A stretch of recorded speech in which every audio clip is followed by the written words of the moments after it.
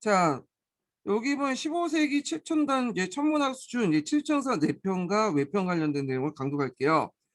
포샘 435페이지 펴보세요. 자, 세종 때 역법 수준은 세종 24년에 편찬에 이루어진 칠정사 내편과 칠정사 외편을 통해서 파악할 수 있다. 자, 이 두 책의 간행은 세종 26년에 이루어졌는데, 자, 역법은 고대로부터 특히 동양에서 통치 인연과 관련해 중시되었다. 하늘의 이치는 천체 형상을 대한 표현이며 천체 현상을 통해 알아낸 법칙성을 역법으로 체계화되었다. 그리고 하늘의 이치를 제대로 알고 있는 국가의 권력을 나타나기 위해서 역법을 바로잡고 이를 간장해야 했다. 특히 조선으로서는 세왕조의 권위를 확립하기 위해서 무엇보다 새로운 역법이 성립 절실히 필요했다. 자, 칠정사 내편과 칠정사 외편의 편찬은 조선의 독자적인 역법을 확립하기 위한 노력이었고, 결과적으로 세종 때 천문학과 수학의 수준이 여기에 도달했다. 세종 천년에부터 역법 연구가 착수하여 두 역서가 모두 세종 24년에 편찬이었다. 세종은 즉위 초부터 정지, 정초, 정인지 등에 명하여 수신력의 내용을 터득하게 되었다. 그리하여 수신력을 완전히 이해하는 데 문제가 해결됐으나 새로 얻은 대통령 통계가 이에 약간의 차이가 있었고, 이는 모두 중국의 역법으로 절기와 일주와 일무 시간이 조선과 달랐다. 그래서 세종은 그 조선에 알맞는 역법을 얻고자 이순지, 김단득의 수신력과 대통령 통계를 다시 정리해서 칠정사 4편을 제작했고요. 자, 이 4편은 실제 관측에 의하여 한양을 기준으로 우리나라에 제작한 우리나라 최초의 역법이죠. 자, 그 다음에 이제 여기 보면 아까 이제 교과서 읽은 것처럼 이게 일식과 월식이 맞지가 않아. 그래서 원의 수신력 1호식이 추구가 완전하지 않아. 이슬람 역법의 회의력을 또 그 변호해요. 그 결점을 보완했다. 그래서 이제 명예수도 대통령과 별개로 회의력의 1호씩 예보를 하고 있었다. 그래서 약간 수정이 가해지긴 했으나 실정사안의 4편의 1호씩 계산 역시 수신력의 대통령 범주에서 완전히 벗어난 것이 아니었기 때문에 조선에서도 회의력 연구가 필요했다. 자, 그래서 이제 회의력을 통해서 칠정사 외편을 이제 뭐냐면 했다는 거죠. 그래서 이 4편과 외편은 호종 4년에 청나라 역법인 시연역을 채택할 때까지 우리나라 기본적인 역사가 되었다. 자, 칠정은 해와 달, 목, 화, 토, 금, 수의 5개 행성을 가리킨다. 일반적으로 4편의 편찬차는 세종실록, 연료수 기술, 중고, 문헌 비교 등의 기록에 따라 정흥지, 정초, 정인지로 알려져 있으나 사회전 독통계에 기록되면 외편과 함께 4편의 실제 편찬자 역시 간행 역시 이순지 같은 김단이 전해진 걸 알 수 있다. 뭐 이렇게 뭐 편찬자 내용이 있고요. 자, 그 옆편에 대한 기술적 내용이 있는데 이거는 각자 읽어보시면 될 것 같아요. 네.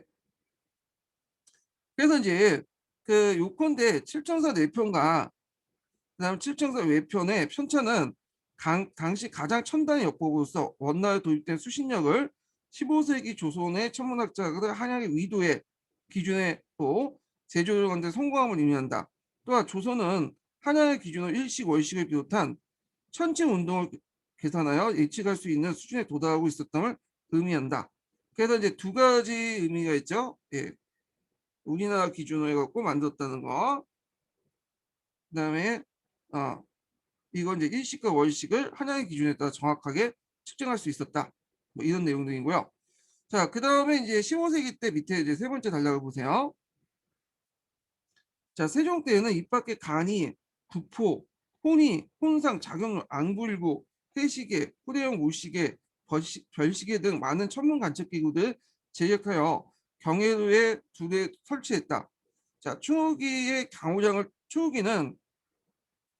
강우량을 정확하게 측정하는 기구였고, 수포는 청계천과 한강에서 유당을 정확하게 측정하는 장치였다.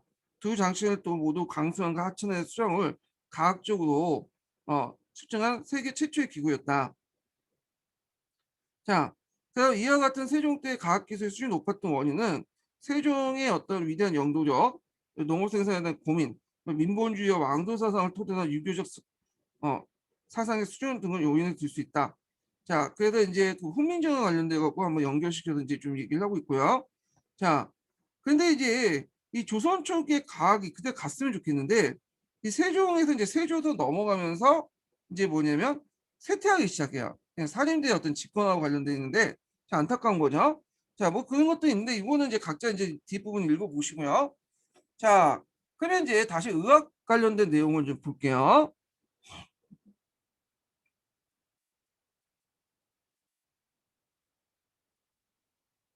자, 여기 보면 이제 의학의 성과도 놀라워서 1433년에 고려시대 때 이래 정통에 이어받은 독자적인 약방을 집대성한 항약 직성방이 간행이 됐고요.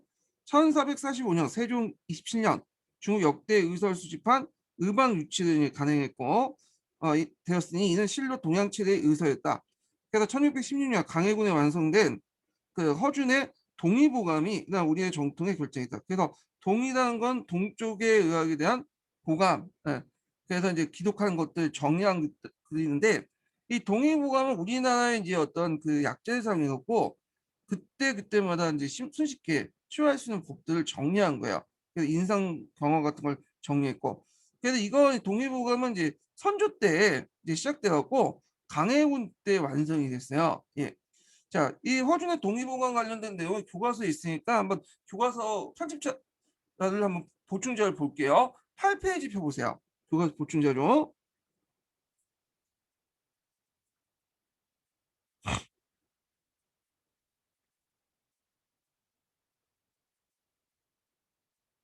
자, 허준의 동의보감 내용인데 이거 이제 서문은 각자 읽어보시고 자, 허준은 외단 중에 이제 선조의 명을 받아서 당대의 인재들과 함께 동의보감을 편찬을 시작했다. 그래서 의관으로서 파격적인 문간의 지체까지 올랐지만 이 사람이 2품까지 올랐어. 그러니까 원래 중인들은 2품까지 올라가기 힘들어. 근데 이제 당상간까지 올라갔다는 거는 대단한 거죠. 그렇지만 약을 잘못 써서 선조를 죽게 했다는 제목으로 유배를 당했다. 그러나 2년간 유배 생활 중에서 또 동의보감을 편찬 심었고요. 동의보감은 어떤 증세나 병에 대한 처방과 그러니까 인상 경험을 바탕으로 한 거죠. 네, 처방과 표현 약제를 한눈에 파악할 수 있도록 서술되었다. 이는 많은 의학서를 한꺼번에 보기 어려웠던 당시 의관들에게 큰 도움을 주었다. 이렇게 이제 보시면 될 것 같아요. 동의보감. 자, 그 다음에 이제 인쇄술과 관련된 내용 한번 읽어볼게요. 자, 인쇄술도 이제 편찬 사업의 활기에 힘입어 크게 발달했는데 조선 전개는 고려시대 금속활자를 계승하여 대량의 동활자들이 주조되었고 인쇄 기술도 더욱 발달했다. 그래서 1303년에 이 교과서에 있는 거죠. 개미제와 그 다음에 1433년에 세종 16년에 주조된 갑인자가 그 대표적인 것으로 이때 시자가 바르고 많은 책을 찍어낼 수도 인쇄 기술이 개발되었다. 자, 그 다음에 무기 그 제조술도 이제 발달은 특히 하포의 개량에서 두드러지는데 이거는 북방 개척에 따른 여진족과의 전투에서 중요한 가졌다. 자, 여진족의 전투에서 왜 하포가 필요하냐? 자, 여진족도 마찬가지로 애들도 이제 밥만 먹고 싸우기 때문에 이게 개별 접전을 할 경우에는 군접전을 할 경우에는 못 당해요. 근데 우리 같은 경우에는 이제 활이라든지 이제 원거리 무기 사용해갖고 적이 오기 전에 격퇴시키는 전술이 발달됐잖아요. 근데 이제 활을 더 멀리 어, 보내기 위해서 그 다음에 이제 대포를 쏴가지고 널리 그들 멀리 있는 적을 격퇴하게 표하기 위해서는 하포개장이 필요했던 거야. 그래서 이제 대표적인 게 예전에 한번 영화에서 나온 다연장 로켓포와 비슷한 신기전을 이제 또 설치했죠. 그 신기전을 100개 설치해서 동시에 쓸 수 있는 고안된 하차도 제작됐으며 근데 이제 여기 하차를 KBS 역사 스페셜이나 뭐 그런 데는 우리나라 최초로 만들었다고 돼 있는데 중국 관련된 책들 보면 하차는 이미 이 그 원나라 때부터 있었던 무기예요. 이걸 좀 더 개량했다는 말이 정확한 것 같아. 뭐 중요한 건 아닌데. 자, 자결탕에 일종 비견 진천내가 있었죠. 요거 좀 기억을 해두세요. 이 비견 진천내. 이거 임진왜란 때 많은 이제 활약을 했죠. 특히 이제 진주성 전투 이런 데서.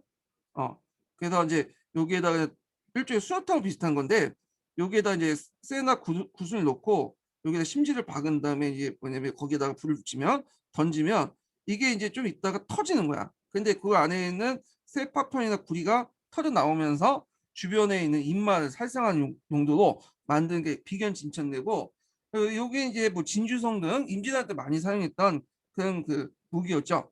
자, 한편 고대 이후 태어난 조선수의 정통은 어 태종 때 와서 거북선을 만들어 내기도 했다. 근데 이제 여기에서 이제 거북선은 우리가 생각하는 임진왜란 때 거북선하고는 좀 달라요. 예. 임진왜란 때 거북선은 그 뒤에 만들어진 거고, 요때 거북선은 정확히 어떤 건지 잘 몰라요. 예.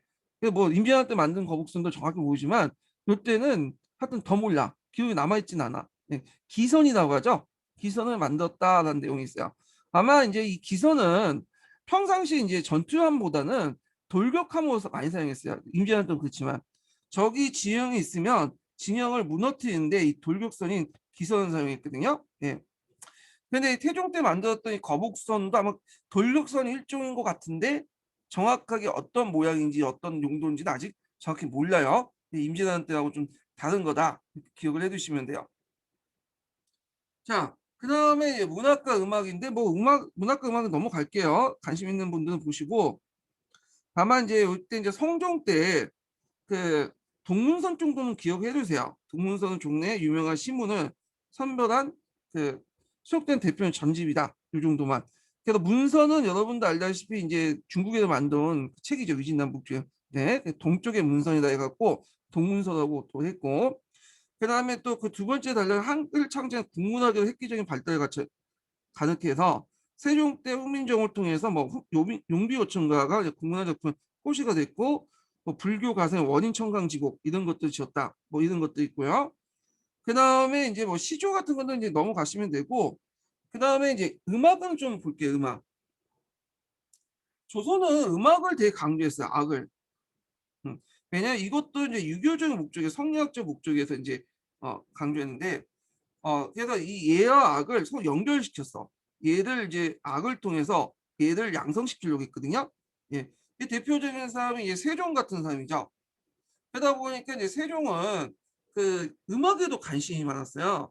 그러니까 박연호하고 이제 뭐냐면 독자적 국악 체계를 만들려고 하고 그랬거든요. 그래갖고 이제 내용이 있는데 한번 읽어볼게요.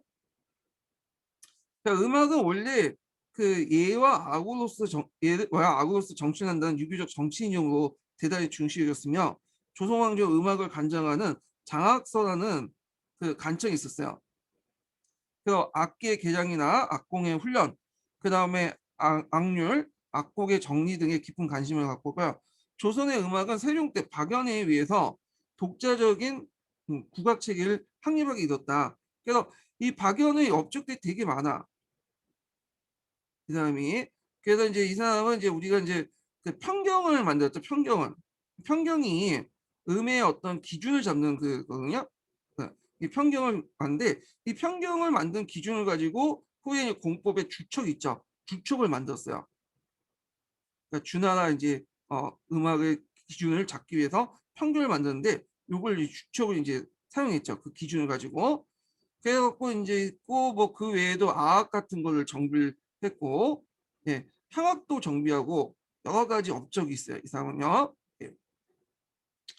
자, 그다음에 성종 때 들어서 최고 악전이 악학개봉을 이제 만들었죠. 예. 그래서 이런 내용도 있는데, 요거는 한번 이제 교과서도 있는데 한번 그 내용을 볼게요. 67페이지 한번 보충자료 좀 볼게요.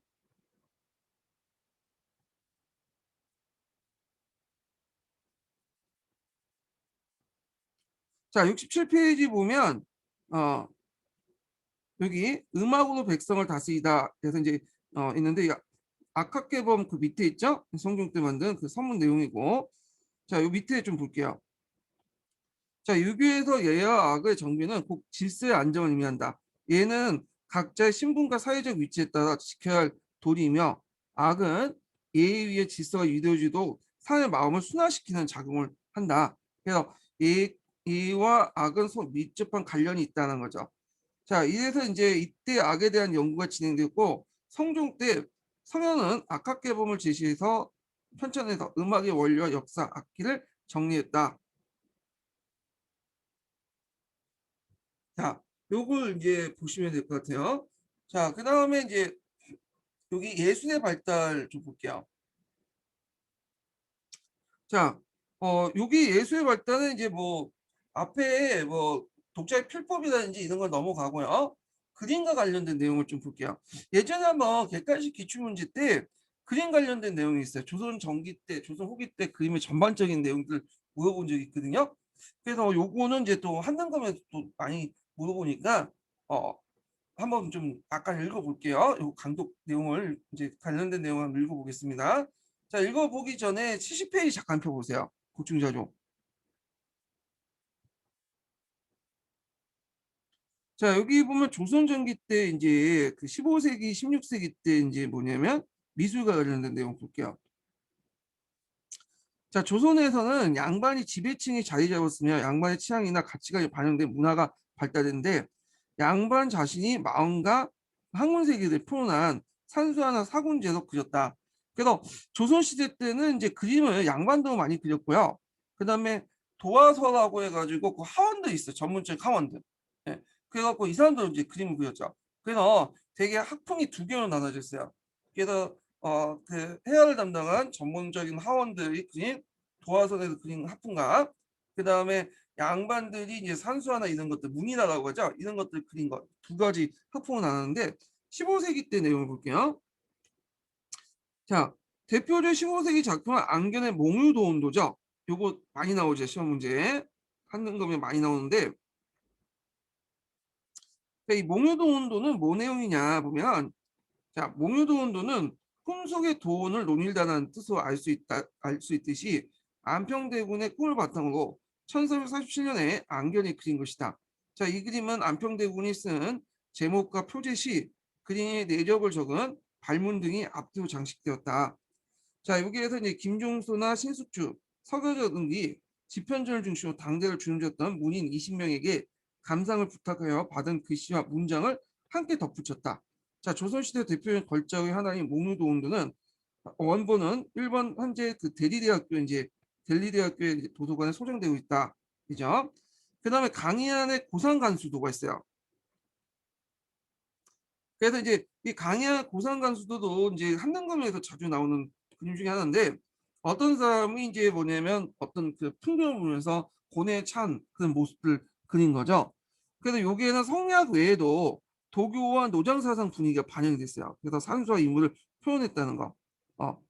그래서 이제 하원 출신 안견이 그린 몽유도운도는 대각선 구도를 활용하여 자연스러운 현실 세계와 환상적 이상 사이를 나타낸 걸작이었다. 그리고 양반 관리였던 문인하죠. 강혜안이 그린 고상간수도는 간결하게 어떤 필치로 인물의 내면을 묘사했다.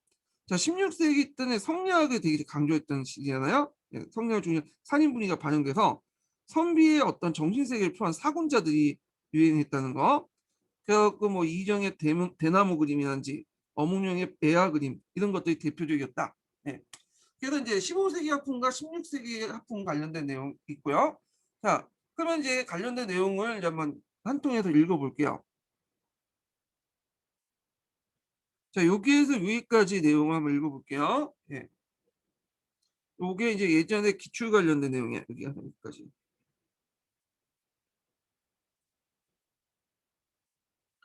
자, 보면 양반들에게 글씨는 필수적인 고향으로 여기면서 그림은 장인들이 하는 일이라고 기표했다. 다만 양반 중에 문인화를 이제 취미 삼아 그린 사람도 있었는데 그 대표적인 사람이 강희안이죠. 그래서 이제 그는 시서하에 능통한 했는데 그는 이제 그 산수 인문하의 일세를 풍미했다. 그래서 이제 그러나 역시 조선시대 해화를 담당한 건 전문적인 하원이었고 당시 도화선이라 해갖고 그 이곳의 하원들이나 국왕이나 중신들이 초상을 그리게 하고 산수를 그려 바치도록 하였다. 초상화와 산수화 발달이 두드러졌다. 세종 때 하원은 안견이 하원의 안견이 그 안평대군의 꿈을 재현했다는 몽유도운도화는 당대의 결정 오늘날 남아 있다. 또 역시 세종 때 산수와 인물을 뛰어난 그 최경이라는 사람이나 중종 때 노비 출신으로서 송화 보울도 이상제 같은 사람들은 하원 출신으로서 하가였다. 자, 여기 이상재가 말한 송화보울도인가? 네, 송화보울도 내용인데 송화보울도 한번 찾아보세요. 요거 기출에 그 한능력 기출에 많이 나오더라고요. 예, 그림을. 그 이 송화보울도는 이제 이상재가 그 뭐냐면 독자적으로 그린 건 아니고요. 중국 학풍의 그 송화보울도 내용이 있어요. 그림이 그걸 이제 뭐냐면 베꼈다 이렇게 보시면 돼요. 베꼈다는 거. 그러니까 조선초는 중국 궁중학파의 북송하원의 원체 학풍을 모방하고 이상자는 이상자예요. 예, 자. 예. 이상자는 남송 학풍의 영향을 받아 예술성보다는 그 기계적인 모사에 이제 치중했다. 이것도 이제 중국의 영향을 받은 거죠. 예. 이상자의 그 그 그림도 중국의 학풍을 모방을 한 거야. 자, 그러다가 이제 이 내용들 좀 기억을 해두시고 그 다음에 이제 뭐 이 밑에 있는 건 각자 읽어보세요. 예. 자, 그 다음에 이제 여기 보면 공예 있는데 공예 때는 이제 뭐 분천사기나 백자가 유행했다. 그래서 이제 분천사기는 고려 청자가 태화된 것으로 포면에 해천세의 유학을 받은 것으로 세련미는 좀 떨어졌지만 찬신하고 소박한 간의 서민적 정치가 자아냈고요. 백자라는 것은 이제 고려 백자에서 유래된 것으로 명백자의 영향을 가미된 것으로 전대에 비해서 질적인 향상을 이뤘다. 그래갖고 이 내용도 있는데 이것도 한번 읽어보시고 그래서 백자는 조선시대 공예 대표적인 거죠. 그 양반 사대부의 어떤 취향에도 맞고. 자, 뭐 건축을 보면 고려 시대 때는 이제 사원 건축이 중심이었지만 조선 시대 들어서 도시의 궁궐이라든지 한양 같은 거 있죠. 성각, 성문, 학교 건축이 발달했는데 특히 조선 시대 때는 이는 성각은 성업 중심으로 이제 발달. 산성을 짓는 게 아니라 곳곳에 성업을 쌓았어. 성업. 그래서 요걸 바탕으로 진간 체제를 바탕으로 했다고 했죠. 그래서 각 지역의 중요한 지역에 성읍을 쌓고 전쟁 시에는 이 성읍을 기준으로 해갖고 이제 전쟁이 전개됐기 때문에 성읍을 많이 쌓았어요. 이거는요. 그 다음에 이제 우리가 이제 그 궁궐, 예, 경복궁, 창동궁, 창경궁, 요걸 이제 있죠. 우리 그 서울에 있는 5대 궁궐은 다 아시죠? 경복궁, 창동궁, 창경궁. 경복궁은 이제 태조 때 만들어졌고 창동궁과 창경궁은 이제 여기 보면 이제 창덕궁은 이제 태종 때, 창경궁은 그걸 연결시켜 갖고 만약에 이게 아마 이제 언제 만들었다면 기억이 안 나네. 성종 때 만들었어요. 그래서 창덕궁과 창경궁은 그 조선 후기 때 전궁이에요. 네, 전궁이고 경복궁은 조선 전기 때 전궁이죠.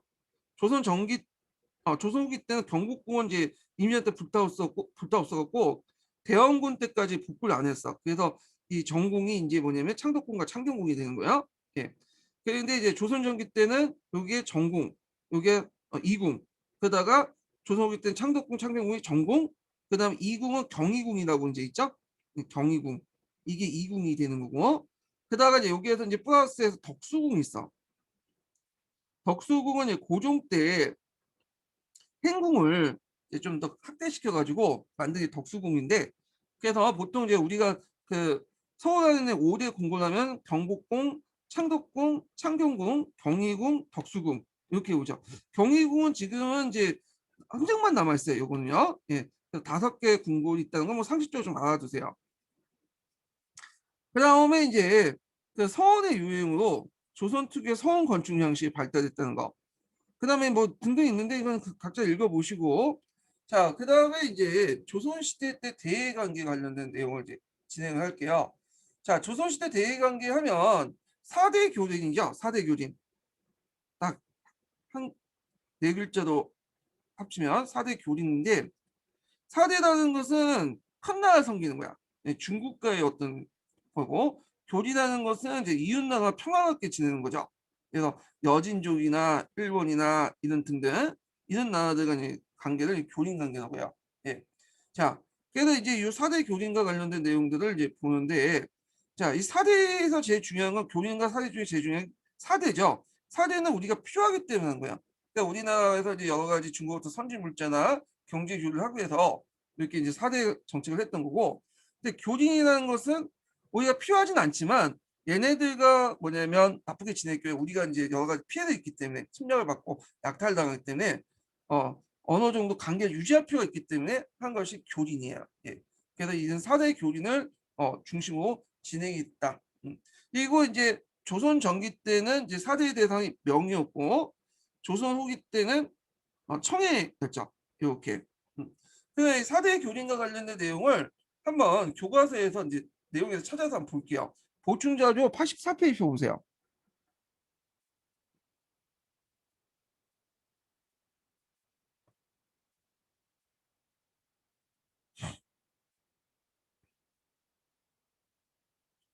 자, 조선 전기 대외 관계에서 명나라 이제 4대 관계를 볼게요. 자, 명나라 4대 관계 여러분들 이제 중국의 정통 왕조가 맺었던 관계가 조공 책봉 관계죠. 조공 책봉을 매개로 해서 이제 이루어졌는데, 자, 조선의 외교는 4대 교린을 원칙으로 하고 있다. 우선 동아시아의 강대국의 명에 대해서 큰 나라이자 문명고를 섬긴다는 4대 원칙을 외교 관계에 세웠고, 대표적인 이제 원칙이 이제 그 세종 때 지성사대론이라는 말 들어봤죠. 세종 때. 지극히 정성으로 누굴 섬긴다는 거야? 명나라를 섬긴다는 거야. 그래서 어떤 분은 세종이 이제 사대주의자다 이렇게 주장을 하신 분이 있는데, 근데 이제 훈민정음이나 이런 것들을 이제 만들고 채말리 같은 논쟁을 볼 때 세종은 사대주의자보다는 외교 정책으로서 큰 나라를 이제 줄을 댔다 이렇게 보시면 될 것 같아요. 명나라 말을 안 들면 홍무제나 영락제 딱 볼 때 홍무제 영락제 같은 주변에 막 정복하고 그러잖아요. 우리도 정복의 대상이 될 수 있겠다. 그러니까 이제 사대주의자보다는 사대 정책으로서 이렇게 이제 지성사대론을 주장을 했던 거고요. 그래서 조선 초기 때까지는 아직까지는 고려시대의 영향을 받아서 사대 정책적 성격이 강해요. 근데 이제 나중에 16세기 때 이제 사림들이 등장하면서 이게 이제 뭐냐면 일종의 사대주의가 돼버린 거예요. 예. 자, 급밖에 여진이나 일본 등에서는 외교는 이웃과 대등하게 교류하는 교린을 원칙으로 삼고 있다. 자, 조선은 명가의 외교를 이제 가장 중요시 여기고 명가 평화적 관계를 맺는 것이 조선의 안정과 병역을 중요한 일이기 때문이다. 태조 때 명이 조선과 몽골 사이에 의심을 하고 그 조선도 요동 정부를 준비하면서 갈등을 빚기도 했는데, 자, 이때 이제 그 이성계하고 홍무제가 갈등을 했죠. 그래서 그때 이제 뭐 고명이라든지 이런 것도 안 주고, 예, 그래갖고 조선 국왕도 인정하지 않고 막 그런 사이였죠. 근데 태종 때 양국 관계 회복이 됐어요. 그래서 이제 그 조선 왕도 이제 인정하고 인수도 내리고, 그렇게 했는데 요때 이제 했던 게 국제 관계가 이제 좀 바뀌었어요. 그때 이제 태종은 쿠데타를 집권했던 사람이고 이 사람도 또 쿠데타를 집권한 사람 있죠. 영락제가 있죠. 그러니까 영락제나 태종이나 쿠데타를 집권했던 사람들이야, 그 사람들이. 그러니까 이제 어떻게 했어? 서로 필요했던 거지. 서로의 정통성을 위해서. 그러다 보니까 이제 종전의 그 선대의 태조와 홍무제의 갈등에서 벗어나서 서로 인정해주는, 그렇게 해서 이제 뭐냐면 관계가 바뀌었다 이렇게 보시면 될 것 같아요. 자, 조선과 명은 책봉과 조공이라는 형식으로 외교를 하였다. 조선왕은 명으로부터 이제 책봉을 받았으며 조공을 바치고 해사품을 받았다. 이걸 조공 책봉 관계라 하죠. 책봉이라는 것은 그 정통적인 외교 형식일 뿐 이것이 내정 간섭이나 종속 관계를 의미한 게 아니었고요. 또한 조선은 조공을 통해서 중국의 선진 부문을 안정적으로 받아들이면서 경제적 실리를 챙길 수 있었다. 자, 그러면 이제 조선이 이제 중국 사절단을 보내는데 이때 이제 조공국이 이제 조공을 갖다 바친 건 의무거든요. 근데 실제 명이 조공 사절단 많이 오는 걸 별로 안 좋아했어요. 왜냐면 이제 그만큼 대구로서 해사품이 많아야 될 거 아니야. 그래갖고 이제 정규 사절단 횟수를 1년에 3회, 조선 같은 경우에는 베트남과 타이는 3년에 1회 이렇게 제한을 뒀어. 그런데도 불구하고 이 조선뿐만 아니라 각국의 사절단들이 이런 구정을 무시하고 자주 보냈어요. 그 이유는 왜일까요? 예, 조공무역을 하기 위한 거지. 해사품이 많고, 그리고 그걸 이제 조공사 데리고 올 때 이제 같이 이제 조선의 물건을 팔 수 있는 기회가 되다 보니까 조선의 실리에 부합하기 때문에 실제적으로는 기준보다는 많이 보냈다라는 거죠. 그래서 요 관련된 내용이고요. 자, 그 다음에 이제 요 뭐 교린 관련된 내용은 이제 좀 이따 읽기로 하고, 먼저 일단 그 명가의 관계에서 이제 그 관련된 내용을 좀 볼게요.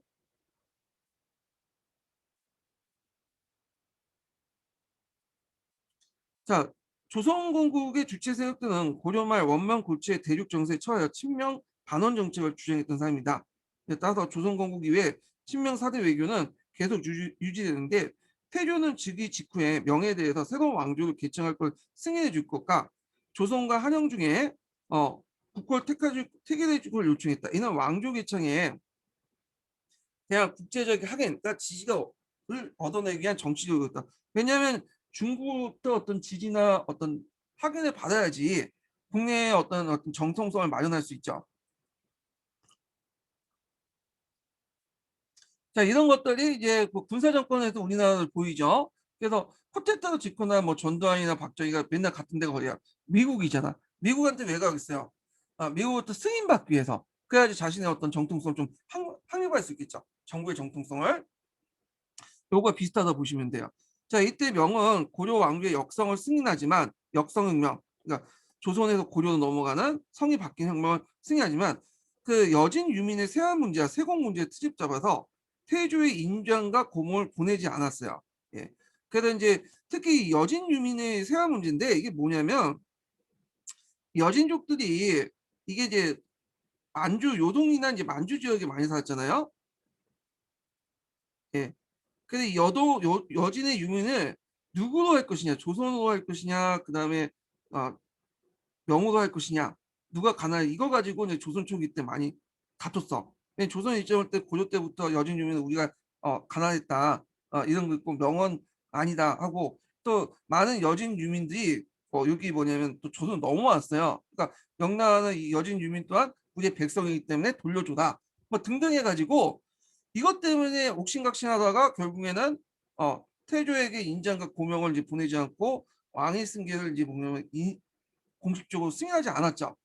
자, 근데 이제 아까 얘기했죠. 이 문제가 태종이 즉위되면서 뭐냐면 해결됐어요. 그러니까 아까 이제 영락제와 이제 태종이 쿠데타를 집권한 그 정부이기 때문에 서로가 필요했던 거예요. 정통성 확보를 위해서. 그래야 조선은 명에 대한 사대를 청명하고 동아시아 국제 질서에 편입되어 소중하고 자처했던 것이다. 자, 그 다음에 이제 조선은 이제 한 해에 세 차례 정기적으로 명예 사행을 파했죠. 사신단을. 그래서 뭐 하정사, 성졸사 등등등 이렇게 이제 있고 그 외에도 조선이나 명예에서는 왕 또는 황제 사위, 홍거, 책비 등등 있을 때마다 여러 가지 부정기적 어떤 사행을 수시로 파견했다는 거. 이때 이제 사행에서 이제 통해서 조공이 받쳐지고 명예에 대한 이해 답변을 해사문이 보내줬으며 조공품은 마필, 인삼, 피물, 포자 등이 있고 해사품은 명예, 체단, 자기, 약재, 서적 등이 대부분입니다. 이게 조공무역의 행위죠. 그 중에 제일 중요한 게 인삼이야, 인삼. 그래서 인삼 같은 경우에는 그 명나라 정부의 그 뭐냐면 조공품을 갖다 바친 것도 있지만 또 역관들이 이제 인삼을 갖다 팔았죠. 그 인삼 8포를 갖다 팔았어요. 그래서 인삼 8포를 갖다 팔았기 때문에 이게 8포 무역이라고 유명하죠. 네. 역관들은 이제 그 명나라 청나라 갈 때 경비가 지급은 안 돼요. 역관들에게. 근데 역관들에게 무슨 그 권한을 주냐면 공식적으로 조선의 인삼을 가져서 8포를 팔 수 있도록 해. 8포 정도. 그래서 이제 8포를 팔고 오면 상당히 이득을 챙기는 거야. 거기에서 이제 8포 팔고 그거 와서 이제 그 돈 가지고 뭐 명나라 청나라 물건을 가지고 와갖고 또 조선에 팔고 그다음에 그걸 또 일본에 갖다 팔면 몇 배나 이득을 챙길 수 있어요. 그래서 조선 후기 때 가면 중인들 중에 이 역관 출신들이 돈을 많이 벌어요. 번승업 같은 그런 사람들이. 네, 그 뒤에 좀 얘기를 하고요. 자, 그리고 이제 이때 조선 초기 때까지만 해도 이게 아까 이제 조선 같은 경우에는 아직 그 고려의 영향을 받았다고 했죠. 초기 때. 그래서 명에 대한 사대를 포병한 건 어디까지나 위대적인 거고 사대주의가 아니었다는 거죠. 실제로 내정상의 간섭을 받는 건 아니었다. 자, 오히려 조선은 명에 대한 조공강요를 통해서 진원에 대한 해산물로서 중국의 발달된 문물을 받아들이고 경제적 실리를 취할 수 있었던 것이다. 뿐만 아니라 이런 사대 관계가 국제적이나 국내적으로 이제 조선 왕조의 권위를 이루어진 방편이기도 했다. 네, 여기 있는데 이제 요거 내용 중에 빠진 게 있죠. 포존문 사건이 좀 빠졌네. 제일 중요한 내용인데. 자, 요거는 이제 그 포존문 사건 따로 이제 제가 설명을 좀 할게요.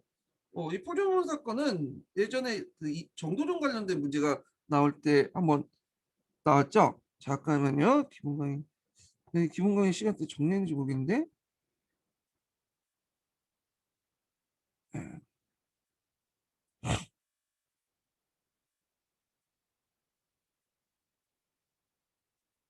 네, 앞부분에 있는데 잠깐만 기다리세요. 네.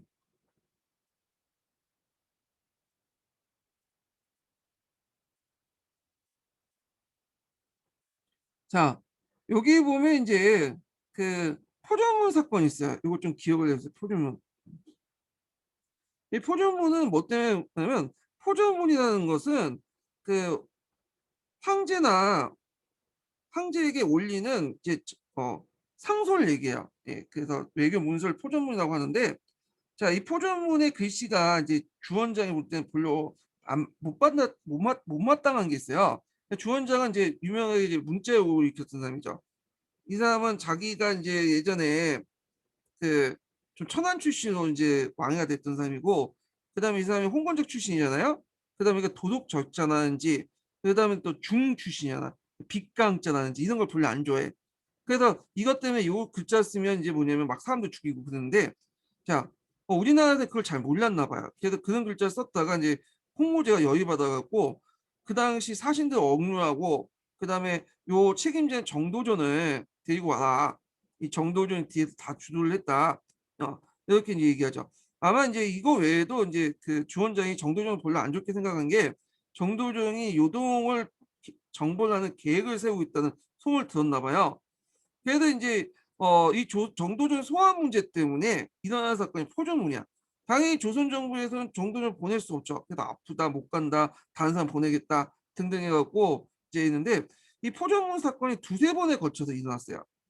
그래서 이 포전문 사건은 그 당시 그 뭐냐면 조선 초기 때 그 조선과 명나라 관계가 별로 사이가 안 좋았다라는 걸 알려주는 대표적인 사건이 포전문 사건이죠. 그 다음에 또 이제 사이가 안 좋았다는 걸 볼 수 있는 게 종계 변무 문제인데, 태조가 이성계가 이민의 아들로 대명해전에 기록됐어. 예, 대명해전 명나라 제도사 관련된 내용인데, 근데 이성계 입장 볼 때는 이게 말도 안 되는 거지. 이민은 자기의 정적 아니에요.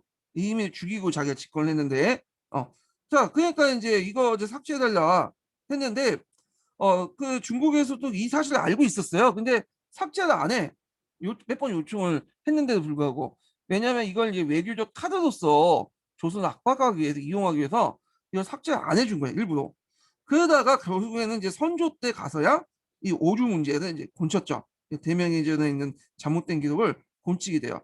그게 이게 정계 변모 문제인데, 이 정계 변모 문제는 이 포전모 사건과 함께 조선 초기 때 이제 그 대면 관계가 사실 안 좋은 것을 보여주는 그 대표적인 것들이 이제 이 두 사건이다. 이렇게 좀 기억을 해두시면 돼요. 예, 종계 변무 사건하고 포주무 사건. 요거. 자, 그다음에 이제 또 관련돼 갖고 이제 뭘 보냐면 야인강 이제 여진족이죠. 여진족하고 외화 관계인데, 여진족과 외화 관계는 교린 관계라고 하죠. 자, 교린 관계 관련된 내용을 교과서 한번 읽고 어, 한 통 읽어볼게요. 자, 보충자료 이제 85페이지 펴보세요. 자, 주변 국가의 교린 관계. 자, 요거 넘어가기 전에 두 번째 인증번 알려드릴게요. 두 번째 인증번은 89번이에요. 89번. 두 번째 인증번호는 89번입니다. 자, 조선은 어, 여진 일본 등 주변국에 대한 교린을 외교적 원칙으로 삼았다. 그러나 이제 그러나 조선 초기에는 국경 지방의 안정과 고려 말부터 계속된 외국 문제 해결에 시급함 가졌다. 자, 조선은 북쪽 영토의 확보와 국경의 안정을 위해서 여진에 대해 강경하게 대응했는데, 태조는 일찍이 두만강 지역에 개척하였고 세종 때는 사군 육진을 개척했죠. 자, 그래서 압록강과 두만강의 영토를 확장했다. 자, 사군 지역 같은 경우에는 여기 보시면 이제 뭐냐면 사군은 여기 지역, 그다음에 육지는 여기 지역을 얘기하죠. 예. 그래서 이제 압록강 연안에 이제 사군을 설치하고 두만강 연안에 육지를 설치했어요. 그래서 그 부근에 있는 그 여진족들을 몰아내거나 기순시켜 가지고, 그래서 고려만의 경계선보다 더 위로 갔죠. 그래서 사군 육진을 통해서 오늘날 비슷한 국경선이 확정이 됩니다. 예, 여기는. 자, 요 관련된 내용은 한통이라든지 그다음에 뿌셈이 읽으면서 더 얘기를 하기도 하고요. 그래서 이곳에 이제 산남 지역에 일부 주민들 이주시키는 3인 정책을 했죠. 예. 요 세종시대 때인데 이게 많이 많았어요. 왜냐면 여기 안 가려고 하잖아. 그러니까 이제 여기를 강제로 이주시킨 거야. 그래서 이제 이주시켜 가지고 되게 죄를 짓거나 뭐 여러 가지 랜덤으로 뽑아 가지고, 근데 하삼도 지역을 사람들을 갑자기 이렇게 이주시키면 이제 적응 못 하니까 일단 한경도 평안도 지역을 여기다 하삼도 사람들 배치시키고, 그리고 요 한경도 평안도 사람들 사군 육진에다 배치시키는 거예요. 이런 식으로 이제 이주시켰다. 예. 그래서 사람이 살기 위해서 그 지역을 완전히 자기 땅을 만들려고 했다. 이렇게 보시면 돼요. 근데 육지는 어느 정도 성공을 했어요. 근데 이 사군 지역은 여기가 산세가 복잡하고 험악해 갖고 사군이 설치됐지만 국방은 이제 관리를 못하기 때문에 폐사군을 만들어. 예. 그러니까 군을 폐하죠. 그렇지만 군이나 행정기구를 파야긴 했지만 그 지역은 계속 이제 우리 땅으로 남게 되죠. 예. 자, 그래서 이제 조선은 여진에 대한 해유와 토벌의 양면적 정책을 취하면서 귀한 여진들에게 간직이나 토지, 집 등을 제공했고 무역수를 두어서 무역을 허가했다. 자, 그렇지만 이제 여진족들은 자주 국경을 침범해서 조선의 군대를 동원해서 이를 정벌했다. 자, 그래서 이제 세종시대 때 이제 이게 뭐냐면 파저강 유역 지역을 정벌했죠. 그 두 번에 걸쳐서 이제 뭐냐면 그 여진족들 대규모 토벌을 하게 돼요. 그때. 자, 외구의 약탈은 조선 건국의 이제 심각한 그 문제였는데, 조선은 그 성능이 우수한 전함을 만들고 그다음에 하양 무기를 이제 개발할 외구를 격퇴하고 노력했다. 또 한편 일부 한국의 교육을 허용하기도 했고, 그다음 외구의 약탈이 계속되니까 그 세종 때 외구의 근거지였던 스시마 섬을 토벌했죠. 이게 이제 세종 1년 때 일어나는 건데, 세종 1년, 그러니까 세종 1년에서 4년 때까지는 실제 집권자는 세종이 아니에요. 이 세종은 왕이 이제 얼굴마담이었고 태종이었죠. 태종이 이제 상황으로 군사권이나 인사권을 다 장악하고 있기 때문에 실제로 스시마산 토벌은 그 태종의 작품이라고 보시면 돼요. 태종 이전에도 이제 이성계 때 이제 또 한 번 스시마 정벌이 있어요. 예, 좀 알려지지 않았지만. 자, 그래서 이제 그 1419년 이종무가 병선 227척, 군사 1만 7천 명을 스시마 성을 토벌했는데, 어, 조선은 이 토벌로 상당 기간 외국의 침입을 방지할 수 있었다 됐죠. 근데 실제로 이제 스시마서 토벌 과정을 보면 좀 작전 미수해 갖고 많은 사람이 죽고 그래요. 그래서 그 나중에 돌아오고 나서 이 정가 문제도 해가지고 좀 왈가불가하고 그러거든요. 그 성공한 건 아니었어. 예전에 고려 말기 때 그 박해 토벌과 비교해 볼 때. 자, 그 조선은 이후 이제 일본의 요구를 받아들여 부산포, 제포, 연포, 삼포를 이제 개방하여 제한된 범위를 허락하였다. 자, 여기 부산포, 제포, 연포인데 이거는 이제 일본의 요구는 누굴까요? 대마도예요, 대마도. 예, 대마도. 그래서 이제 여기 이제 보는데 왜 그 당시 일본이 이제 그냐면 일본이 그 당시 상당히 분열돼 있었죠. 그러니까 그 이제 무도마치 막부가 있었고 중앙에는, 그 다음에 이제 밑에는 이제 그 슈구다이모라는 사람도 있었죠. 지역의 실력가인. 예. 그 다음에 우리가 이제 대마도 이렇게 이제 보는데 요 주체가 이제 무로마치마쿠, 슈구다이모, 대마도를 일본이라고 불렸어. 통칭. 근데 우리가 이제 실질적으로 관계를 맺은 건 대마도고요. 그리고 대마도는 이제 임진왜란 전부터 계속 교통을 하고 있었어. 예. 근데 이제 문제는 이 무로마치마쿠와 슈구다이모하고는 서로 소통을 안 하고 가끔씩 이제 무로마치마쿠에 그 통신사라는 이름으로 파견했죠. 근데 이 통신사도 한 200년인가 100년 동안 파견 안 했어. 임진왜란 전까지 파견했다가 그전에 100년 전부터 파견 안 했죠. 예. 근데 이제 대마도는 계속 있죠. 파견하고 연락을 하고 그러다 보니까 일본 정세를 잘 몰라요. 예. 이런 것들이 대마도를 통해서만 알게 되는 거. 또 일본이 이렇게 분열됐기 때문에 예전에 나중에 에도마코처럼 조선 정부하고 에도마코가 1대1로 이렇게 뭐냐면 대등하게 교류했던 게 아니야. 예. 그래서 무덤마치 막부하고 이제 사절단을 파견 땐 1대1의 교류였지만 수고다이모하고 대마도 도주하고 교류할 때는 그렇게 볼 수는 없죠. 왜냐하면 격이 이제 조선이 좀 높잖아요. 그러니까 일종의 중국의 4대 관계 맞는 것처럼 휴고다이모 다이모도 대마도도 이제 그 조선과 4대 관계 정도 이렇게 비슷한 관계를 맺었어요. 예. 자, 하여튼 이런 다원적인 외교 관계를 맺었다 조선정기는. 근데 이제 나중에 그 조선후기 때 이제 에도막부가 등장하면서 이제 에도막부는 중앙집권적 봉건제도라면서 다이모들을 통제를 했잖아요. 그러다 보니 그때부터는 저 교섭 창구가 일원화됐죠. 그래서 에도막과 이제 조선이 1대1로 이제 뭐냐 교류를 한 거야. 예. 그러니까 여기에서 이제 대부분은 어떤 대마도와 이제 교류를 한 내용을 적어놓은 거예요. 자, 그래서 조선은 외관을 지어서 일본인들에게 머물도록 교육했다. 근데 이제 요게 외관에 있었던 이제 삼포에 있었던 얘네들이 요게 만족하지 못하고 삼포회단을 나중에 일으키잖아요. 네, 중종 때 일으켰죠. 자, 그 다음에 이제 조선 위에 유구, 시아, 자와 같은 동남아시아 여러 나라와 교류했는데 요때 유구는 오키나와를 얘기하고 시바는 이제 태국을 얘기하고요. 자는 저쪽 이제 자바에 있는 인도네시아 쪽에 와 연결되는 그런 걸 얘기하는데 자 그래서 이제 여러 나라 교류했다. 왕래가 빈번한 건 아니었지만 이들 나라의 이제 사신들이 자기 나라의 각종 토산물을 가져와서 조공이나 진상의 형식을 바쳤고 자, 조선에서도 옷이나 옷감, 문방구 등을 받아들였다. 특히 유구와의 교육이 활발해져 유구 사신이 자주 왕래를 했다는 거죠. 그리고 임진왜란 때 이제 유구가 원종군을 파견했다는 기록도 있어요. 그리고 도요토미 히데요시가 그 유구한테 병력을 착출하는데 그것도 거부를 했고, 자, 하여튼 이들 통해 조선의 불교, 유교 경전, 범종, 푸치 등이 유교에 전해졌다. 이렇게 보시면 될 것 같아요. 근데 약간 이제 그 역사가 보도에 보면 이 유구가 대만도 유구라고 적혀 있거든요. 예, 역사가 지도에 보면 대만도 유구라고 적혀 있어. 그래서 이게 잘못된 건 아니냐 이렇게 보시는 사람도 있는데 대만도 예전에 유구라고 불렸어요. 오키나와도 유구라고 불렸고 다만 한자 변이 좀 달라요. 대만이라는 명칭은 19세기 들어가서 불렸던 명칭이야. 예, 그래서 19세기 이전에는 대만도 유구라고 불렸기 때문에 틀린 게 아니에요. 예. 그다음에 이제 그 당시 이제 신석주라는 사람이 해동 제국기를 있었어요. 해동. 이때 이제 세종이 일본은 이게 무릎마치 맞고죠.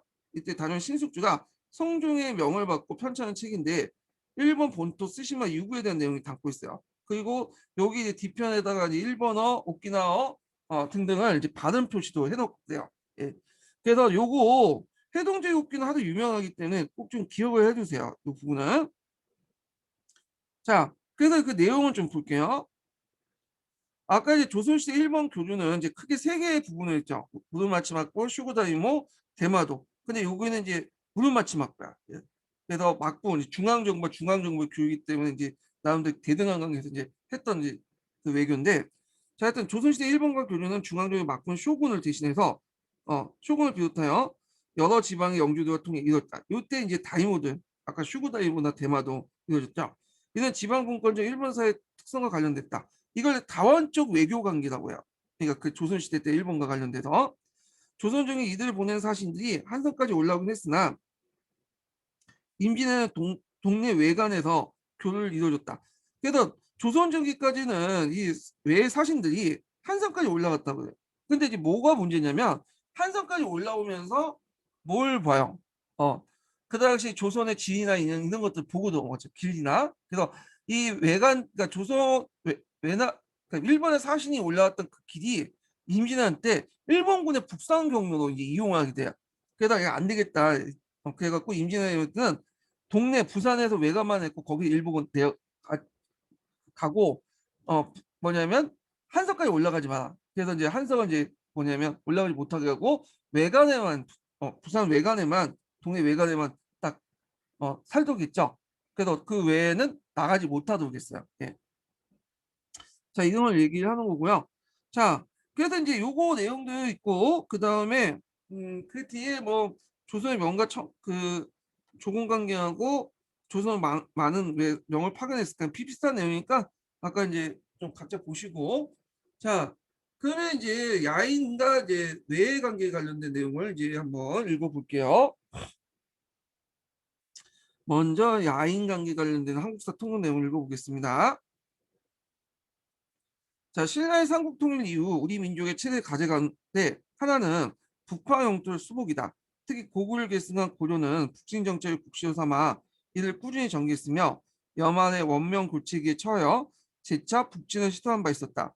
자, 조선시대 들어와서 이러한 정책을 개선했지만 우리나라의 북방과 만주는 조선과 명, 그 이 지역에 상거하고 있던 야인 등 삼자의 이해가 중축된 곳으로 많은 어려움을 많은 어려움이 있었다. 자, 고려 말부터 조선 전기까지 북방 정책은 국방상의 국경성 확보와 농지 확장에 목적한 동북면과 서북면 개척 북방 개척이다. 그래서 국방상 국경성 확보가 농지 확장의 목적이 그 조선 전개 북방 정책이라는 거 있죠. 동북면하고 서북면인데 이거는 이제 함경도 쪽 얘기고 서북면은 그 평안도 쪽 개척 얘기죠. 예. 자, 고려 말에 이제 동북면 근거로 했던 이성계가 원래 이제 이성계 고향 자체가 그 항은 지역이죠. 이 항은 지역 동북면은 예전부터 여진족이 있었던 지역이야. 그리고 이성계 그 외가 쪽도 이제 할머니 쪽도 여진족과 이제 있었던 지역이고, 그 다음에 이제 여진족 계통이고, 이성계 부하장수도 이지랑 같이 이제 여진족 계통의 애들도 많았어요. 그래서 초창기 때는 모든 여진족과 이제 친하진 않았지만 나름대로 이성계를 매개로 해갖고 여진족에 큰 영향력을 행사할 수 있었죠. 예. 그런데 이제 문제는 태종 넘어가면서 문제가 생긴 거예요. 태종 때. 이 태종 때 이제 그 뭐냐면 조사이의 난이 나거든요. 예. 이 조사이의 난이 나는데 이 조사이는 이제 그 뭐냐면 이성계 고향에서 이제 일으킨 난이에요. 이 조사이 나는 건 이성계 부하장수인데 이성계 그 친구였던 조사이가 난을 일으켰던 거야. 그때 이제 여진족도 이제 끌고 와서 같이 일으켰어. 예. 그래서 태종 때 이 조사의 난을 진압하면서 여진족과 이제 멀어지게 돼요. 예. 그리고 이때 이제 조사의 난은 누가 지시했느냐에 또 여러 가지 문제가 있는데 논란이 있는데 이성계가 이 난을 지휘했다는 사람도 있어요. 심지어는 왜냐면 이성계가 이 조사의 난이 있을 때 항운 지역에 그 무덤 본다고 해서 조상님들 무덤 본다고 행차에 있었거든요. 네. 그래서 이제 이성계가 나중에 이제 조사의 난 끝나고 나서 태종한테 끌려가갖고 뭐 이제 갇혀 지냈다 뭐 이런 내용이 있는데 하여튼 이 조사의 낭하고 이성계하고 연결돼 있어요. 예. 그래서 이제 요때 뭐 우리가 이제 아니면 항응차사라는 뭐냐면 그 야사가 전해지죠. 이건 원래 역사적 사실이 아니라 조사의 난을 계기로 한 이제 그 배경으로 한 야사. 그래서 19세기 때 연려실 기술에 적혀 있거든요. 이건 역사 사실은 아니고요. 예. 하여튼 항응차사의 어떤 바탕이 됐던 배경이 됐던 난이 이 조사의 난이야. 이 조사의 난. 근데 이 조사의 난을 계기로 해갖고 이제 이성계가 예전에 선조 때부터 다져놓았던 여진족의 관계가 끊어졌다고 보시면 돼요. 그러면서 이제 여진족이 통제가 잘 안 되니까 이제 여진족의 침해를 많이 받게 되는 거야. 예. 자, 그 태종 때 야인들의 어떤 침입이 빈번하여 경원을 설치했던 불을 한때 경성으로 후퇴시킨 적도 있지만 세종 때 적극적인 북방 경략을 실시해서 이 지역을 회복했죠. 그래서 이제 그 1434년에 년 세종 때부터 1433년부터 10여 년 동안 김종서를 비롯하여 두만강 유역의 야인을 정복을 했고, 참고 이 김종서는 이제 무관이 아니라 문관이에요. 그래서 무슨 정벌이라든지 이걸 할 때, 아니 문관, 네, 문관이죠. 그래서 이 문관 출신이기 때문에 보통 그 조선시대 때는 어떤 정벌이라든지 군사력 총사령관을 무관보다는 문관을 임명했어요. 고려시대도 마찬가지죠. 예. 이성계 같은 건 예외적인 건데, 자, 하여튼 이 문관 출신인 김종서 등을 이제 두만강 유역을 통해서 야인을 정벌을 했고, 그때 경원, 종성, 해령, 경원, 그 온성, 부령, 그래서 육진을 이제 설치를 했죠. 그 이제 몇 차에 걸쳐 남부 지역의 민원을 이제 이주시켜 그 지역을 확보했다. 이걸 3인 정책이라고 해요. 3인 정책. 예. 그래서 3인 정책 좀 기억을 해두시고요. 그 당시 여진족들은 어떤 단일한 세력으로 이제 합쳐져 있지는 않았고요. 여러 부족들로 이제 뭐 나눠져 있었다고 보시면 돼요. 그래갖고 그 기록에 보면 여러 부족들이 나와. 그래서 이제 뭐 그것까지는 다 이제 우리가 이제 기억을 할 필요 없는데 일단 뭐 중요한 이제 부족들 보면 우리가 이제 오랑캐 하잖아요. 예. 오랑캐라는 말 자체가 이제 이민족을 대변하는 말로 쓰이고 있지만 실제로 이 오랑캐의 말은 우랑카이라는 말이 나는 거예요. 우랑카이. 여진족의 한 일종이었던 우랑카이에서 이제 우랑카이라는 그 족에서 나왔던 거죠. 그래서 이제 이런 그 족도 있었고, 하여튼 알타이라는 말 있죠. 알타이. 알타이는 우리는 그 김치 알타이 물 해갖고 해서 만든 그런 음식을 생각하지만 알타이족에서 나왔다고 그래요. 알타이, 알타이, 알탄족 뭐 이렇게 있거든요. 그래서 이런 여러 이제 뭐냐면 여진족이 분열돼 있었기 때문에 우리가 이제 통제가 좀 가능했던 거죠. 자, 그거는 이제 상식적으로 알아두시고, 자, 그 다음에 이제 그 압록강 유역에 대한 개척도 이제 이루어지죠. 그 압록강 하류 지역은 고려 말에 이미 수복됐는데 태종 때는 이제 더 북쪽으로 넘어가서 고려 말 때 수복됐던 요 지역이 요쪽 요렇게 지역이죠. 그래서 여기를 더 북쪽으로 가서 여기까지 장을 해요. 사군 지역까지. 그래서 이제 세종 때는 강계벌 여영고를 설치하면서 압록강 이난 지역을 완전히 확보했고, 세종 때 들어서 채운덕을 시켜서 이천등 채운덕 이천을 시켜서 이를 토벌하였고 그곳에 여영 자성 무창 후에 사고를 뒀다. 자, 이는 북방 개척은 압록강으로서 국경을 삼으는 전략적 목적과 또 이 지방의 풍토를 얻는 뜻도 있어 남쪽에 몇 차례 농민을 이주시켰다. 자, 그래서 오늘날 우리나라 영역 기본 골고루 마련됐다. 자, 근데 이거는 이제 관리하기 힘들어가지고 나중에 폐사고 시켜요. 예. 그래서 이제 이렇게 했고, 그 다음에 이제 요때 농민들 이주했다는데 마치 여기에 뭐 사군 육진에 농민들을 그대로 이주시킨 걸로 돼 있는데 하상군 마치 그렇게 기술했는데 그건 아니고, 이건 뿌세미도 나왔지만 먼저 이제 순차적으로 한 거예요. 한경도 평안도 백성들을 사군 육진에 이주시킨 다음에 그 빈자리를 그 누구냐면 하삼도 민족에게 이주시켰죠. 근데 이게 너무 반발이 컸던 거야. 왜냐하면 이게 그 땅이 척박한 곳을 이주시키잖아요. 사군 육지는 안 가더라도 환경도 평안 유지니까. 그래서 이것 때문에 원성을 많이 샀다고 해요. 예. 자, 그 다음에 야인들은 경제생활은 빈농가, 반농가, 반수렵. 반은 농사고 반은 수렵이에요. 그래서 우리가 이제 뭐 여진족을 유목민족으로 알고 계신 분이 있는데 또 어떤 책은 또 유목민족으로 기술된 책이 있는데 요거는 좀 잘못된 거야. 요거는요. 예. 이 사람은 유목민족이 아니라 수렵민족이야. 수렵민족. 수렵을 주로 생활했어요. 옷감과 식량 등 일용품을 농기군을 이제 조선에서 구해서 생활했는데, 자, 이러한 관계가 원하지 못할 경우에 반경을 침략을 했다. 따라서 이제 조선은 대야인 정치와 무적에 의한 토벌과 함께 해우책을 병행해서 경성과 그 다음에 이제 경원에 무역수를 두고 이들 필요에 따라서 포나 농구, 농기구, 미두, 쌀과 이제 콩이죠. 이런 것들 이제 등 마필, 모피 등을 바꾸도록 했다. 근데 무역소에서 교환된 건 약간 손해를 받더라도 그렇게 무역소를 설치하지 않으면 어, 여진 쪽도 공격하기 때문에 평화 관계를 유지하기 위해서 그렇게 했던 거예요.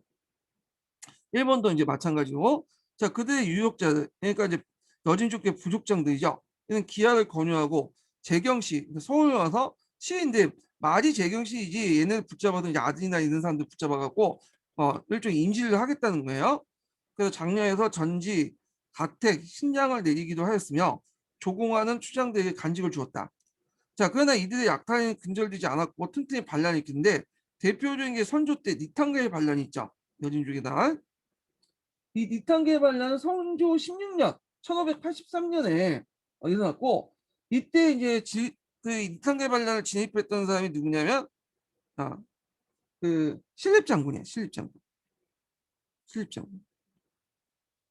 그래서 이 신립장군이 이제 뭐냐면 상당히 명성을 떨쳤던 그것이 니탕계 난을 진입하고 나서 명성을 떨쳤거든요. 그럼 니탕계 그 신립장군의 주요 병력은 뭐겠어요? 보병이 아니라 여진족들 기병 중심이기 때문에 당연히 이들도 기병 중심이죠. 음. 그래서 나중에 임진할 때 이제 자신이 이끌었던 병력들 상당수 정예병력의 기병이야. 근데 이 기병이 누구한테 당한 거야? 그 일본의 조총부대 보병들에게 당해버린 거죠. 예. 그래서 조선 전기 때는 그 야진 그 주요 대상인 왜구도 있었지만 주로 여진족하고 주로 싸웠거든요. 그러니까 병력 운영이 변종 기병 중심이에요. 기병 중심. 근데 나중에 임진왜란 때 이제 임진왜란 때 한번 깨지고 나서 이 보병이 중요하다는 느낀 거야. 그래서 나중에 이제 임진왜란 이후에는 보병 중심의 어떤 조총 부대도 이렇게 중심 주조에 바뀌어요. 그런데 이제 또 누가 온 거야? 여진족인 기병이 온 거죠. 그러니까 얘들은 또 깨지죠. 이게 좀 언밸런스 한다니까. 이렇게 할 때마다.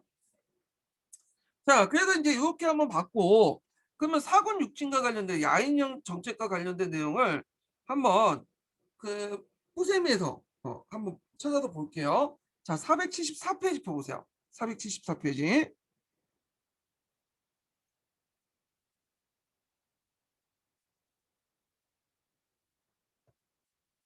요걸 넘겨야 되겠네요. 네, 이거 아니나 여기네. 474 페이지 보겠습니다.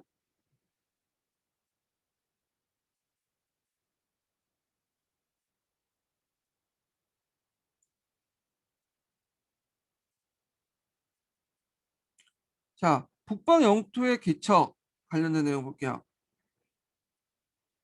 자, 우리나라 북방 영토는 세종 때 사군 육진에 설치되면서 상륙되었다. 이로 인해 여진족을 압록강과 두만강 북쪽으로 몰아내고 국방상의 국경성 및 안정적인 농지를 확보할 수 있었다. 북방 영토는 고려 이래 꾸준히 개척되어 왔고 조선 전기에 이런 실리적인 성과를 거뒀다. 사군 육진은 무엇보다 굳건한 영토 의식을 지닌 세종의 북방 개척 의지와 타고난 추진력에 의해서 이뤄진 결과였고, 그 다음에 압록강과 두만강을 경계하는 영토를 확정할 수 있었다. 자, 사군 육진 관련된 내용이 이제 있는데 요거는 이제 뒷부분 각자 읽어보시고, 자, 다음 장 볼게요. 태종 때 여진족의 침입이 빈번했기 때문에 경원에 설치했던 불을 한때 경성을 후퇴시킨 적이 있지만 세종 때 다시 적극적으로 북방 공략을 실시해 이 지역을 회복했다. 그래서 세종 16년에 김종서 등을 하여금 그 두만강 유역에 여진족을 정벌케 하여 그 다음에 경원, 종성, 회령, 경흥, 옹성, 부정, 육진을 설치했다. 자, 육진의 위치가 여기죠. 네, 부정에서 더 올라가서 육진을 설치했죠. 자, 그래서 이제 이렇게 두만강 유역을 확보했어요. 네, 잠깐만요. 자, 그래서 이제 한편 압록강 유역에 대한 개척도 병행했는데 압록강 하류 지역은 고려 말에 이미 수복됐으나 상류 지역은 국초에도 여전히 여진족의 활동 무대로 남아 있었고요. 태종 때 창성궁, 석주, 이주 등을 설치했고 압록강 이남 지역이 이제 확보하게 되죠. 그래서 그 뒤 이제 지역에서 이제 여진족의 침략이 심해지니까 세종은 최윤덕, 이천 등을 시켜서 이 지역에 토벌했고 여연, 자성, 무창, 우에 사군을 조치했죠. 자, 그래서 이제 설치 내용들이 쭉 나와 있는데, 자, 이 사군 육진의 의미가 있죠. 그래서 이제 사군 육진을 개척하는 과정에서 조정의 본관과 구지를 지켜야 되는 거, 예전 땅을 지켜야 된다는 걸 이제 나타나는데, 어, 조선의 땅을 예전에 선조의 땅을 그냥 내줄 수 없다. 그래서 선조 그 당시 뭐 어떤 논의가 있었냐면 그 땅이 이제 어 그 함경 북부 지역이나 평안도 그 외지 같은 데는 연인도 많이 살고 침입도 많기 때문에 그냥 여진족들에게 내주고 한 발 더 물러나자. 이렇게 논의가 있었어. 근데 이제 이에 대해 세종이 반대를 했죠. 조정 예전부터 선조가 내려온 그 땅은 우리의 영역이기 때문에 계속 지켜야 되고 오히려 더 나가서 이 땅을 더 확대시켜야 된다. 그래서 이제 사군 육진을 개척하게 된 거야. 그러니까 여기는 세종의 어떤 영토 의식도 보일 수 있다. 그죠? 물론 이제 이 과정에서 이제 3인 정책도 일어나고 이것 때문에 이제 뭐냐면 욕을 많이 얻어먹었죠. 3인 정책 때문에. 근데 정치가라는 사람이 그때그때 여기다 왔다 갔다 하면 제대로 정치를 못해요. 네. 그래서 예전에 그 이건 좀 뒤에 얘기지만 박정희가 이제 경부고속도로를 만든다니까 그 당시 김종필이나 아니 그 김영삼이나 김대중이 막 반대하고 국민들도 반대하고 그랬는데 밀어붙였잖아요. 그래서 지금은 다 인정하잖아. 잘 만들었다고. 예. 그렇다고 이제 박정희를 찬양하는 건 아니고 그렇다는 거예요. 예. 자, 그 다음에 이제 사고의 철폐는 뭐냐면 아까 얘기한 것처럼 이 사고이 이제 설치되니까 요 지역이 토지가 천박하고 교통이 되게 불편해. 근데 또 어렵다는 이유로 폐지하자는 의견이 이제 들리는데 또 사고의 위치를 좀 보면 이게 좀 약간 방어하기가 힘든 게 도출된 부분이에요. 네, 요 부분이. 그러다 보니까 여진족부터 사방으로 또 공격받을 수 있죠. 네, 방어하기가 힘들어, 요 지역이. 또 그러다 보니까 이제 요거를 사고를 폐지하자 논의가 일어나기 시작했고 결국에는 이런 그 어려움 때문에 뭐 교통도 불편하고 사고를 폐지하게 돼요. 예. 그래갖고 이제 여기 이제 군을 철폐를 하거든요. 폐사군을 만들어요. 그럼에도 불구하고 폐사군을 만들어도 불구하고 그 이 지역의 영유권 자체를 포기한 건 아니에요. 예. 그래서 그 밑에 있죠. 그래서 이제 단종 원년에 상군 철폐론이 일어나자 사군 중에 3군 타당성 여부를 조사해 여연무연 상군을 동안 4월에 철폐됐고 그 다음에 세조 5년에 그것마저 이제 나머지 한군 자성군과도 철폐해서 주민을 강제로 강제 이주시켰죠. 그래서 완전히 철폐했다. 그렇지만 이후 이제 지역은 폐사군이라고 불렸으며 사군 철폐가 이 지역의 영유권 자체를 포기한 건 아니었다. 다만 군사상 방어진지의 임시적인 병통이었으며 행정사 사군의 직제를 폐지한 걸 불가했기 때문에 그 폐사군 이후에도 행정적인 어떤 것들은 철폐했지 90개의 파수처를 두어서 군사지역으로 관할했다. 그러니까 우리 영토를 하되 거기가 방어하기 힘들기 때문에 폐사군을 폐지시키고 폐사군을 이제 시키고 그다음에 거기에 살고 있는 좀 소수의 그 주민들 밑으로 이주시켰던 것뿐이에요. 예. 자, 3인 정책이 추진 보면 북방개척으로 영토가 넓혀지면서 3인을 했어. 3인이라는 것은 민을 다른 데 옮긴다는 거. 예전부터 있었어요. 우리나라도 있었고 뭐 중국에도 있었고 뭐 고대 그 메소포타미아나 그런 데도 있었어. 그래서 자발적으로 움직이는 것도 있었지만 대부분 강제로 했죠. 여기도 이제 조선에서도 그 가기 시대 한산도민들 끌고다가 이제 강제로 이제 3인을 시켰는데 왜 3인을 시켰냐? 일단 북방상에 이제 영토 확보하려면 일종의 군대가 필요하죠. 근데 이 군대를 자체적으로 이제 음, 그 지역민을 착출하기 위해서는 어느 정도 민이 있어야 되고 그 다음에 군대의 어떤 식량을 조달하거나 그 다음에 거기에 농사를 짓거나 주민들이 또 살아야지 그 지역이 자기 영토 완전히 뭐냐면 만들 수 있잖아요. 지금 현대사회도 뭐 무주지에다가 이제 깃발만 꽂는다고 해서 그 자기 영토가 되는 거 아니죠. 거기에 사람이 살아야지. 그래서 사람이 살고 그래야지 이제 영토 인정받을 수 있잖아요. 이거 비슷하다 보시면 돼요. 자, 그래서 북방개척은 처음에는 아이고 지워야 되겠네. 자, 북방개척은 처음에는 군사를 동원해 수호의 범위가 넓어지고 방어하는 범위가 넓어지고 다음에 진을 설치해 남쪽의 군병을 부대가 부방하는 방법을 수행했다. 그래서 여기에서 이제 부방군하고 유방군 두 개가 이제 부방군만 나는데 부방군은 그 남쪽에 있는 군대를 돌아가면서 하는 부대를 말하고요. 유방은 올해 그 토착민들을 이제 뽑아다가 지키는 부대가 있어요. 두 개 부대도 운영했다 보시면 돼요. 그러나 이 지역을 영구 영토하기 위해서는 아까 했지만 농지도 확보하고 민호도 충실해야죠. 사람이 일단 살아야 될 거 아니야. 예. 그래서 이제 또 조선의 왕조 방어 정책을 볼 때 지역 방어는 그 통찰적인 민호가 담당하는 게 기본이었죠. 이런 이유로 그 당시 이제 국가에서는 3인이 있고 그래서 백성을 이주시켜서 요게 거주시키는 그런 정책을 장려 강제했는데 거의 그 강제했다고 보시면 돼요. 죄를 지고 막 끌어가고 뭐 벌거 아닌 거 가지고 끌고 와갖고 하고 예. 그래서 이제 특히 이제 사군 육진 개척에서 이제 북방 영토를 넓힌 그 세종 이후에 적극 추진했다. 자, 세종 때 3인 정책은 대상은 주로 해당의 유이민이었고 그 목적은 북방 영토의 회복가 고수였다. 그러나 세종 이후의 3위는 세상 하산도 민이었다. 그래서 처음에는 이제 유이민들은 이제 한경도와 평안도 지역에 있는 이제 토지가 없는 백성들 끌고 이제 사군 육진에 이제 처박아뒀고 처박으니까 이쪽으로 이주시켰고 그리고 요 지역에 빈자리가 많을 거 아니야 이주시키니까 요걸 이제 강제로 이제 하산도민들 끌고 와갖고 요 지역을 메꿨던 거야. 예. 그래서 세조 이후 때부터 3위는 하삼도민이었다. 이 지방의 한강진 개간의 주요 목표였다. 근데 세조 때부터 이제 3위는 하삼도민이라고 했는데 세종 때부터 하삼도민을 계속 이주시켰어요. 여기는 좀 약간 설명이 좀 역사적으로 좀 다르거나 아니면 세조 이후 때 더 많거나 그 의미에서 써놓은 것 같아. 자, 그래서 땅은 좁고 사람은 많은 하삼대 토지 보완을 완화하고 땅은 넓고 사람이 적은 북방을 개척해서 농업 생산과 인구 증가에 도움을 하고자 추진했다.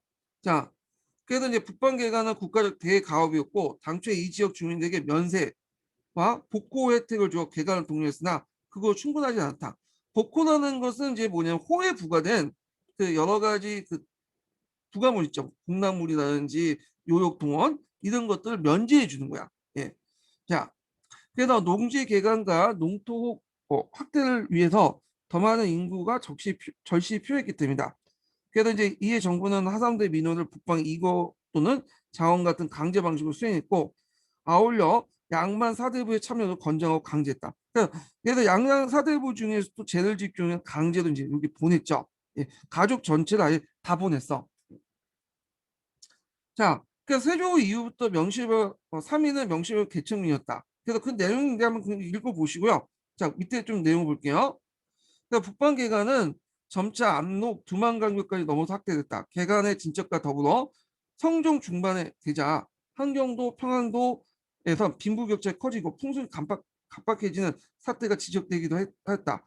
부민 가운데 대부분 하삼도에서 온 삼인들이었다.